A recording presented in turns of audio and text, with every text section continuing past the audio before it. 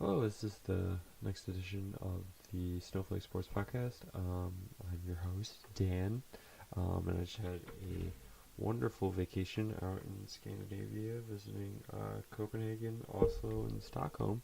So this is going to be another kind of winging it kind of podcast where I kind of just didn't really take much notes, just kind of I didn't really watch basketball while I was on vacation except for the Game 7 game on Sunday between Toronto and the Philadelphia Sixers. And I watched pretty much the end of the Portland Denver game too. Um, but um, but yeah, I had a great trip. It was fun. Saw a lot of like city halls and cool parks, and there was just really good weather. So yeah, let me just get into it. So basically, I was in Copenhagen Sunday night for the game 7, and they're in like Central European time, which is like 6 hours difference from Eastern Standard Time. So so it was an early game. Since it was Sunday, it was on at 7 Eastern, but that means it's on at 1 a.m. like Central European time. Basically like that was the second day we were in Copenhagen. Like we did a bike tour. We visited this like Danish interior design museum, which was pretty cool. But it was pretty much a fun-filled or event-filled day. Like biking around the whole city, seeing all the touristy kind of attractions. Um, so I mean, I was pretty wiped out, but I absolutely knew I had to watch this game. And uh, but like my friends aren't that big of basketball fans, let alone like Raptors or Sixers fans. So they kind of just went to bed. And the way the Airbnb was kind of worked out was there was one room where it was like a kitchen area with like a dining table. Well, I guess not a kitchen area, like a dining room with like a dining table. Then that led to another room that had these very, I guess, sound or not sound resistant. I'm trying to figure out the word, but like you know what I mean. They're soundproof. There we go. And so it's like 1 a.m. Like my friend's already like going to sleep.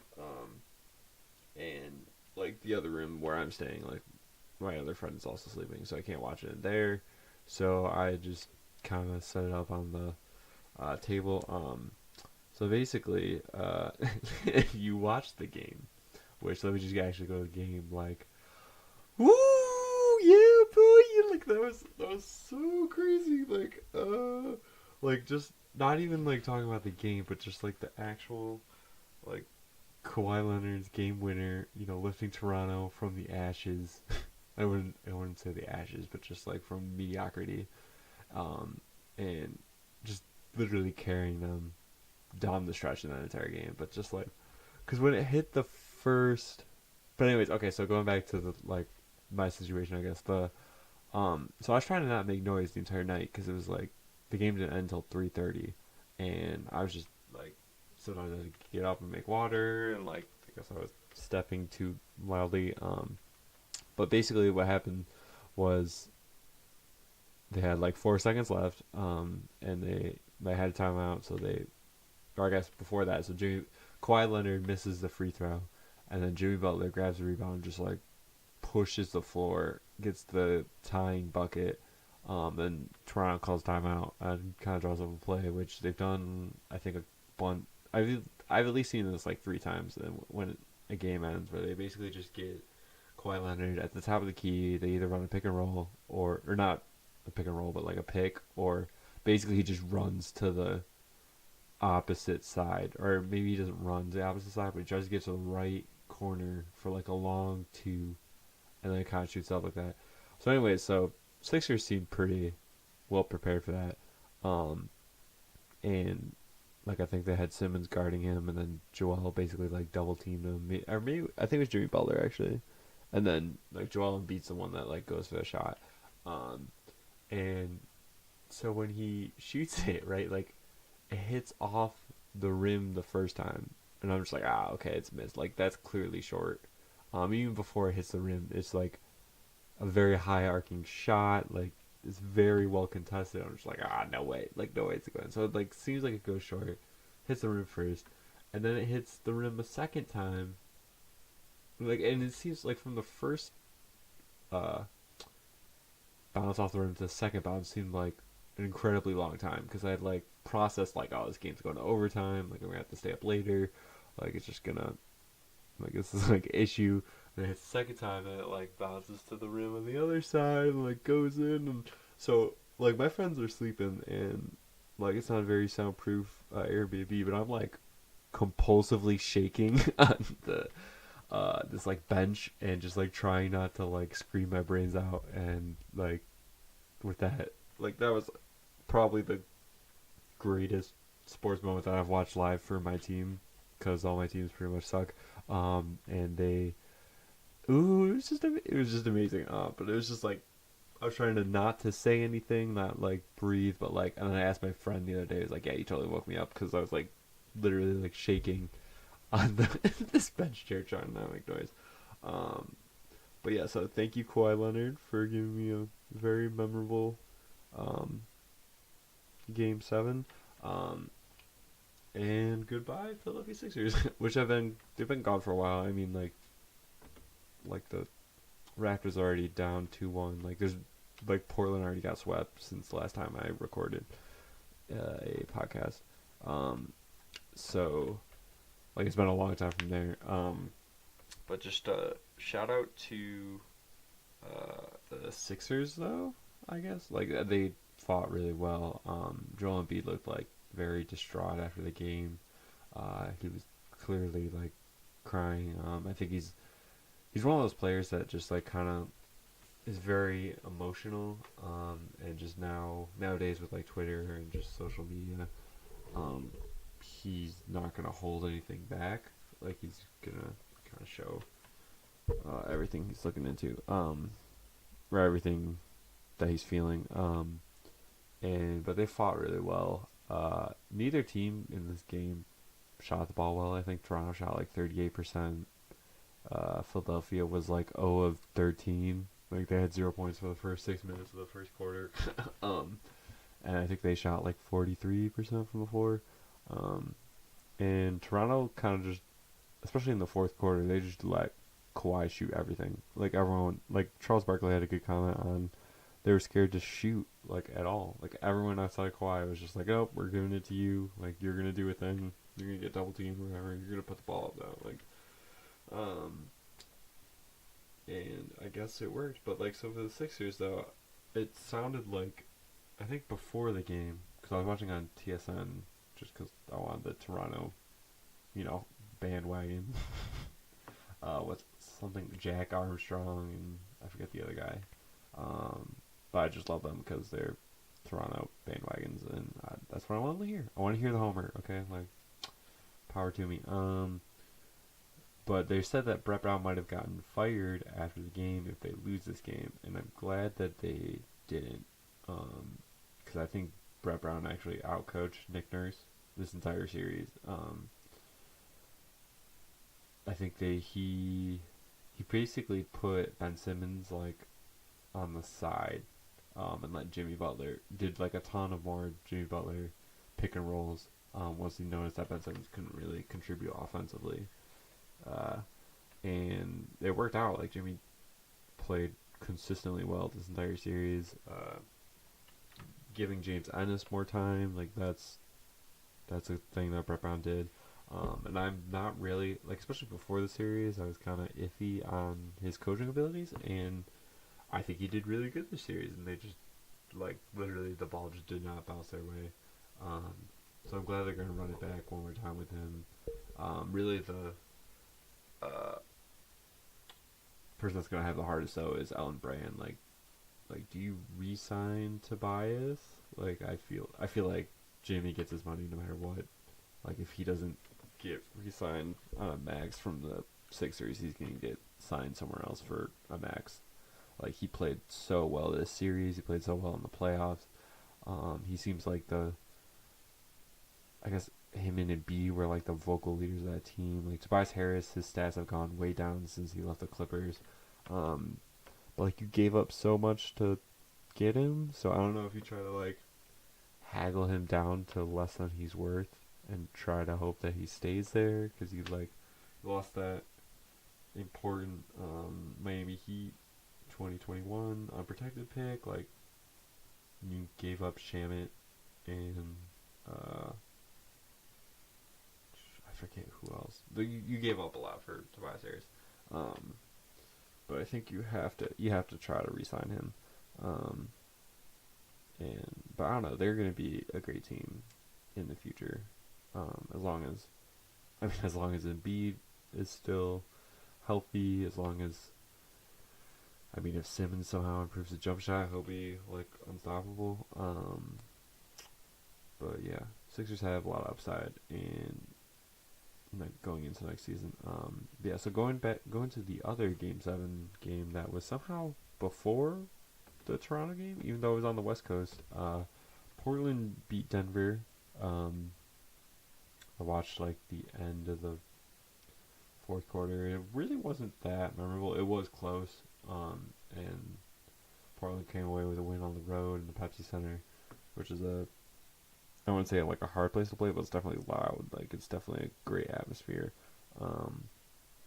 And since the last time I recorded, Portland yesterday just got swept by the Golden State Warriors. Before I get into that, I just wanted to kind of talk about Denver having a very remarkable season. They just have a ton of young players that have no playoff experience, and they won a Game 7 against a legendary, if not the best coach to ever coach the NBA, in Greg Popovich, and then they brought it to 7 with the Portland Trail Blazers, who have like Damian Lillard, who's great, CJ McCollum is awesome, and like Denver lost that 4 overtime game. Like there were plenty of close games that could have gone Denver's way. Like this one in particular too, and that 4 overtime one. But like they have a lot of upside. They don't really have to worry about any signings, I don't think, at least not any big ones, because their whole team is so deep. Like, and like right, you got you got Jokic and Murray. They're the 1-2 punch. Then you got like Gary Harris. You got Paul Millsap might have a contract up. I'm gonna look that up right now. But like, and also shout out to Mike Malone though, putting in what's his name, Torrey Craig in the lineup just to be more defensive for the 2 guards, and it worked really well in the Spurs. In it, like, I think Craig, or maybe it was Gary Harris that was guarding Damian Lillard, but like just having those 2 like better guards or better defenders guarding the 2 guards, the backcourt for Portland, was really smart. It was smart against it was smart against the Spurs, and it was really smart in this series as well. Let's go into 2 teams. Yeah, so and then like the Blazers got swept by the Warriors without Kevin Durant or DeMarcus Cousins, and in Game 4 that was yesterday, with no Andre Iguodala, which is kind of embarrassing. And there was a ridiculous. So I had to watch none of these games. I was super tired yesterday. I went to bed at like 7, slept like 12 hours. It was amazing. But they were up by 17 the last 3 games, and all blew those leads. Like infamous Golden State Warriors third quarter runs. Like they were just like, oh, like we just came back. That's like tied. they were down by 12 at halftime, and now it's like nothing. All right, so going back to Denver, Paul Millsap has a team option for next year, which I think they'll do. He's pretty important to their team. And they signed Jokic. Jokic just did a max last year. Which I think Gary Harris did a deal the year before that. He's signed on until 2022. like Mason Plumlee, who I guess he's important, but he's not like that important. He signed till next year. Will Barton's got 3 years left on his contract. Jamal Murray is done next year, his rookie contract. Yeah, really, like Isaiah Thomas will probably go. Trey Lyles is a free agent. So I wonder what he'll do. I feel like he didn't play much this year. I'm trying to think.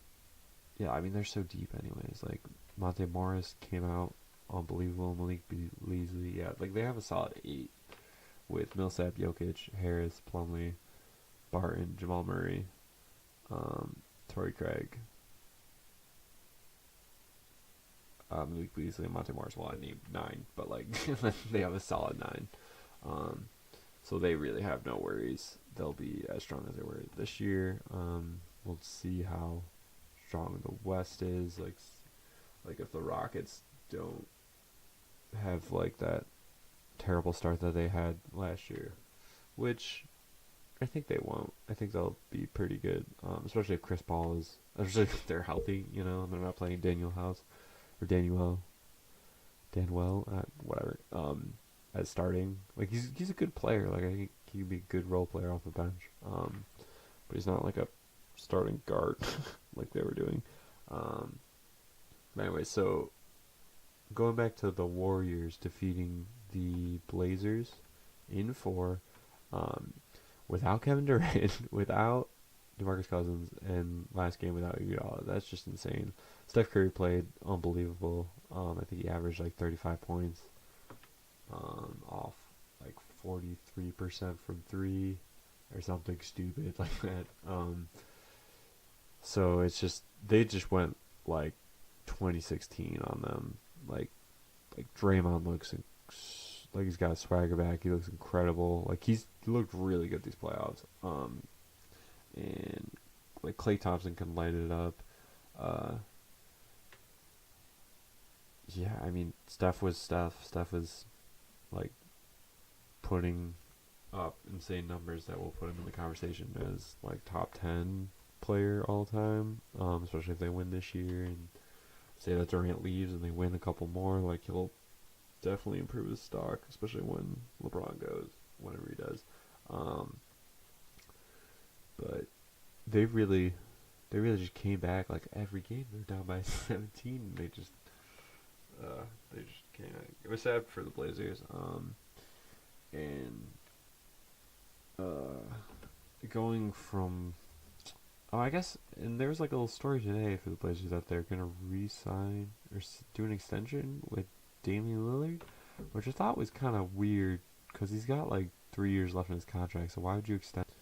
But I think outside of that, also, so like I said, I didn't really watch any of these games, but Myers Leonard started game 3 and 4.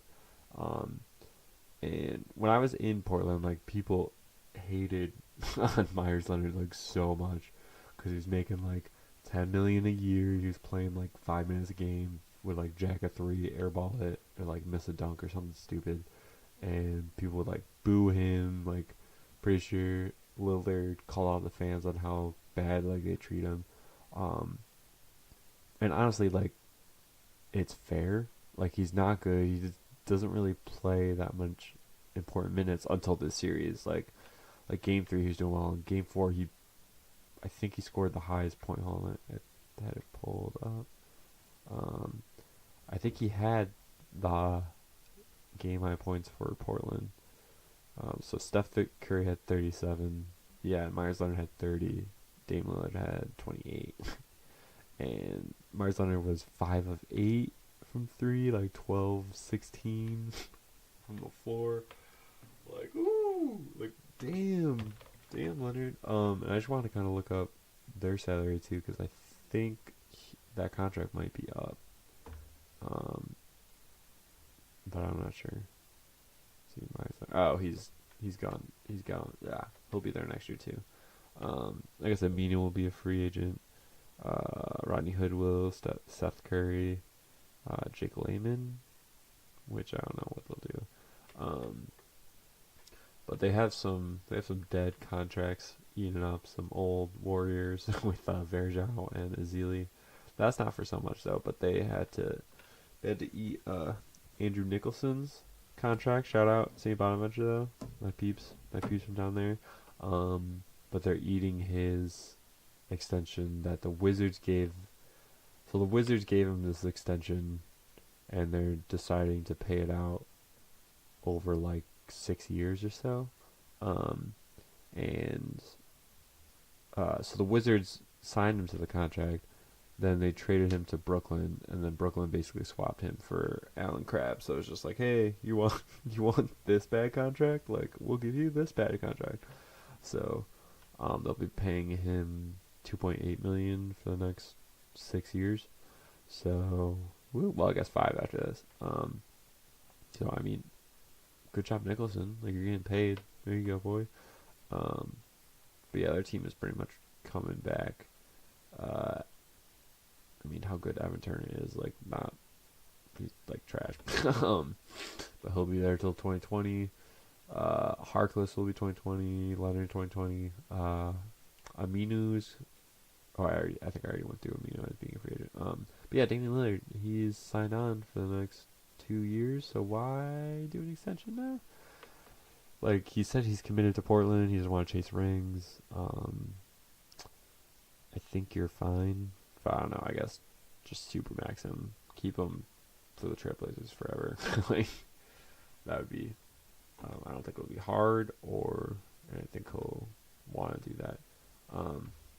I guess going into the next story, the NBA draft lottery also happened last week. And if you didn't watch, the New Orleans Pelicans won the Zion tank-a-thon, I guess, even though they like half-tanked. But basically, the moral of the story was that mediocrity really lucked out, and full-on tanking completely lost. Like, the Knicks were protected. So with the new rules, like, you're not protected. The worst team is not protected for a top 3. It's top 5. And they lost like 11 percentage points to get the first pick. And New York was pretty fortunate to get the third one. Like, they could have easily gotten the 5th. And like the Suns and the Cavs, I think they were 6th and 7th respectively. And I think the Cavs were no, they couldn't have been 2. They'd have been 3. Maybe, I don't remember. But yeah, so Pelicans got the first one, and they were like they were like in the, I think they were 8th worst. Then the Grizzlies got like the second one, which and they were like right around where the Pelicans were, like 9th or so. And so it's a great pick. They get to keep it, but now Boston has now it's only top 6 protected next year, and who knows how good they'll be next year.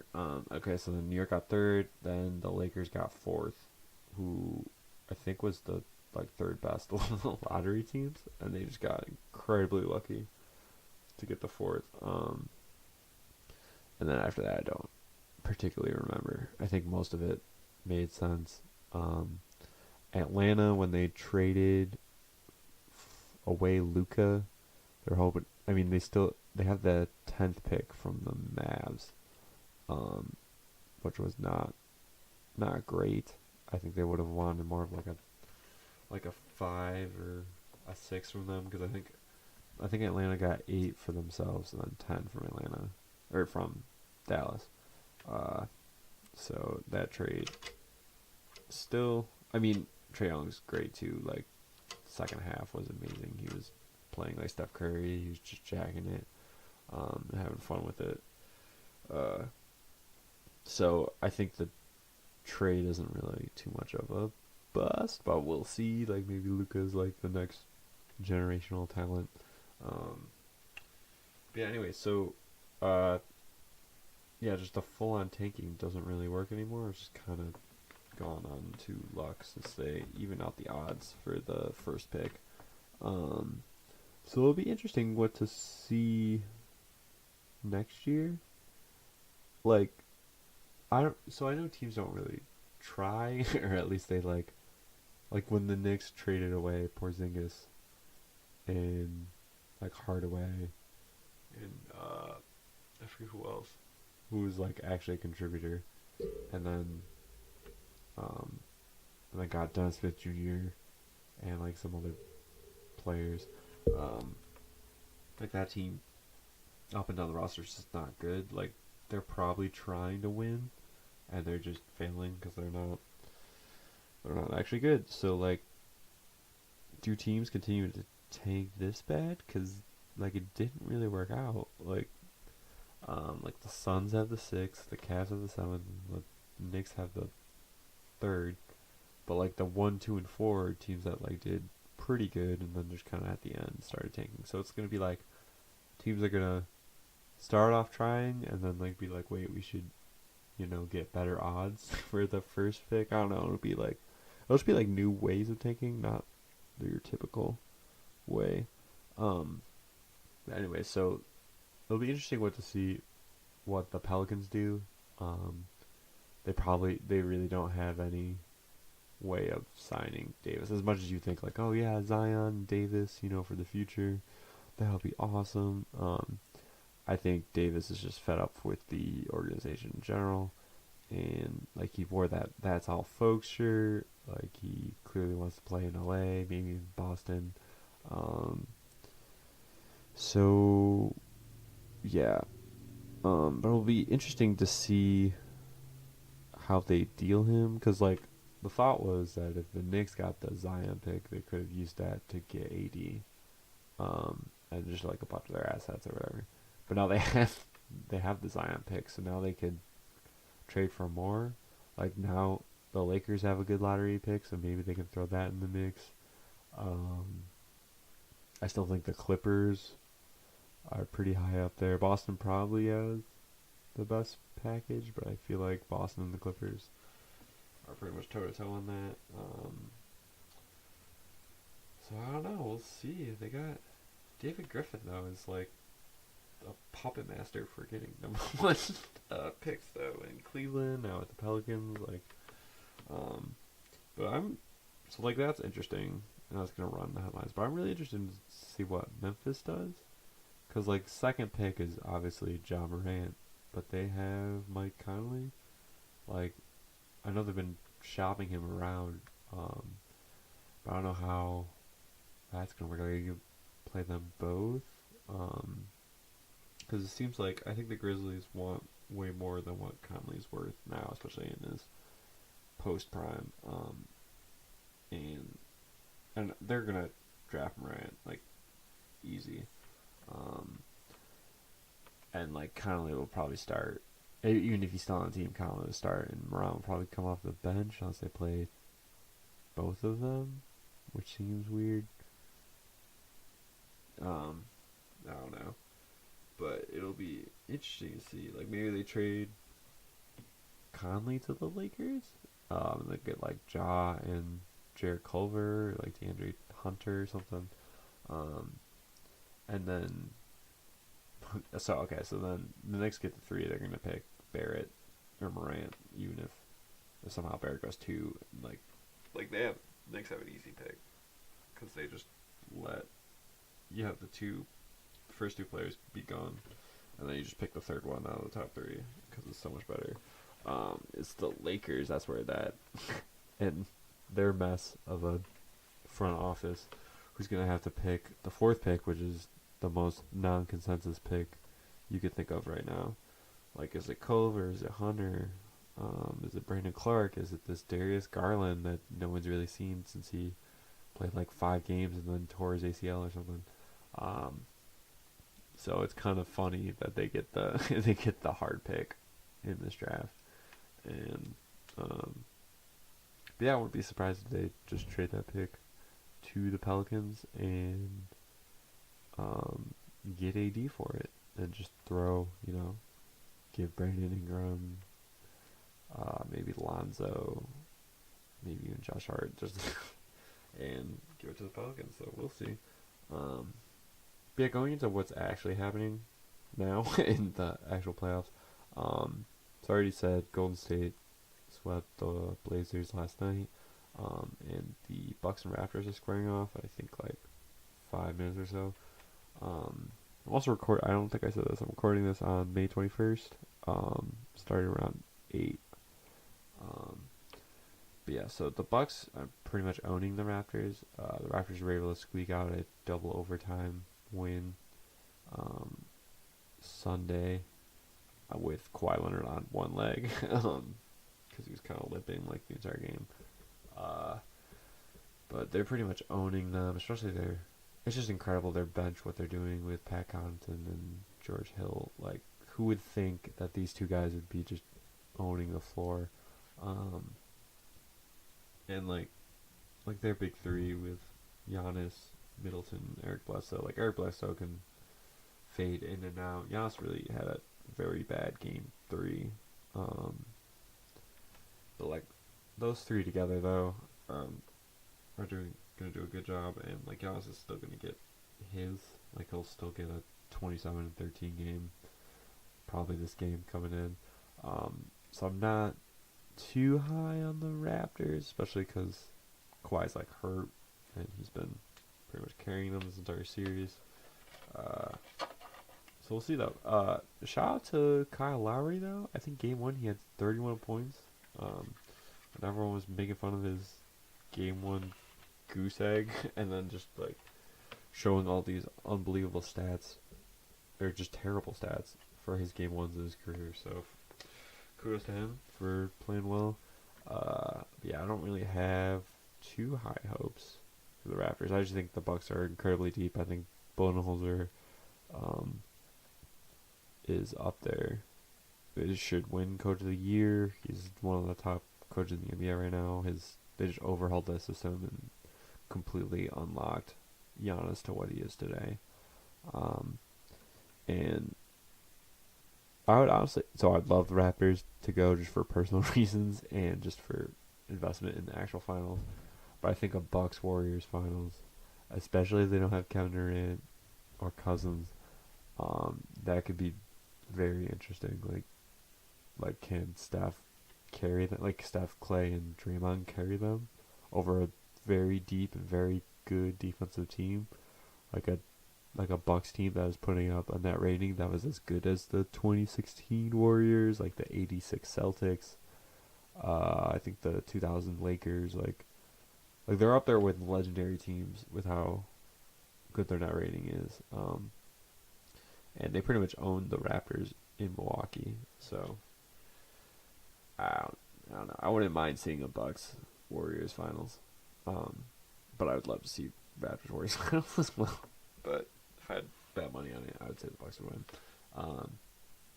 Anyways, and then Lakers finally signed their head coach. They got Frank Vogel from the last coach, I think the Pacers. Pretty sure the Pacers. And which I thought was a pretty good choice for them. I thought it was kind of better. I thought it was definitely better than Ty Lue. Like, Ty Lue was just trying to. Ty Lue was just gonna be a LeBron coach. Like, just like, hey, you can satisfy his needs. Like, you please do this. Like, we don't know how to handle LeBron. Like, no one knows how to handle LeBron.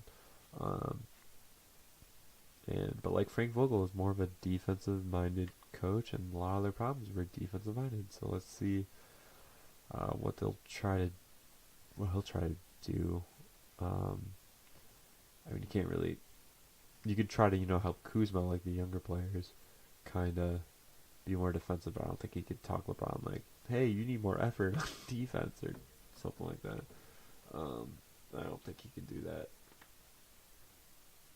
So maybe he'll just kind of sit there. Maybe he'll go into a Ty Lue phase where he just kind of sits back and lets LeBron coach and, maybe coach at practice. Be like an assistant. But also, Jason Kidd, I think, signed on as an assistant too. So that's just security for them if they decide to fire Vogel. And then Jason Kidd just be like, oh yeah, now it's my team. Which is going to be so funny because Jason Kidd was coaching the Bucks, and then you replaced him. They fired him, and I forgot who they had last year as interim. But then you put in Budenholzer, who's a great coach, and they Bucks just become like the best team. Like it just come pretty much out of nowhere. So I don't think anyone is saying that Jason Kidd is a great coach. But I do like Frank Vogel. I hope he can last. Actually, I don't hope he can last because when Lakers are bad, it's so much fun. But I think it's a good choice for them, and maybe it'll work out. Maybe they'll get it together. They'll make the playoffs. Run out the Rockets or the Warriors or something.